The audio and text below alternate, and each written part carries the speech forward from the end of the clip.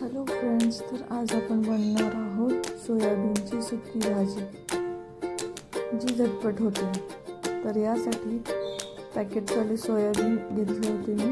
त्यासाठी 5 मिनिटं भिजत ठेवले आणि नंतर टोमॅटो, आलं, लसूण, मिरची आणि कोथिंबीर घालून एक पेस्ट केली. त्यानंतर पातेल्यामध्ये तेल टाकून, कांदा टाकून आणि सुके मसाले टाकून थोडं परतून घेतले. लाल मिरची पावडर, हळद, धना पावडर, जिरा पावडर आणि मालवणी मसाला.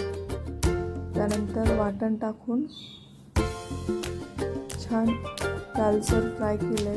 त्यानंतर सोयाबीन टाकले, तेही छान परतून घेतले आणि नंतर मीठ टाकले.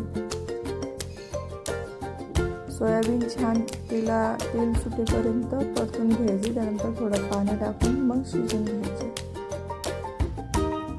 आणि पाणी आटेपर्यंत थोडं वाफवून घ्यायचे. नाहीतर थोडं रस्सा पाहिजे असेल तर रस्सा